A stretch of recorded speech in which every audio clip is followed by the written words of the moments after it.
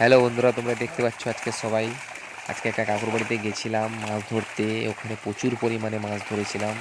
দেখতে পাচ্ছ শুধু রূপচাঁদ মাছ এবং বড় বড় কাতলা, বড় বড় রূপচাঁদগুলো বাজারে বিক্রি হবে, তাই কাকুরা এক জায়গা থেকে অন্য জায়গায় পরিবর্তন করে দিচ্ছে, ট্রান্সফার করে দিচ্ছে। এবং বড় বড় কাতলা মাছও আছে, তোমরা দেখতে পাবে প্রচুর মাছ ছিল। ঠিক আছে, এই সব রূপচাঁদ মাছগুলো বাজারে বিক্রি হয় অনেক দামে। তো সেটার জন্য প্রচুর মাছ ছিল, সেখানে ধরতে গেছিলাম। কাতলা মাছগুলো দেখতে পাবে, খুব বড় বড় কাতলা।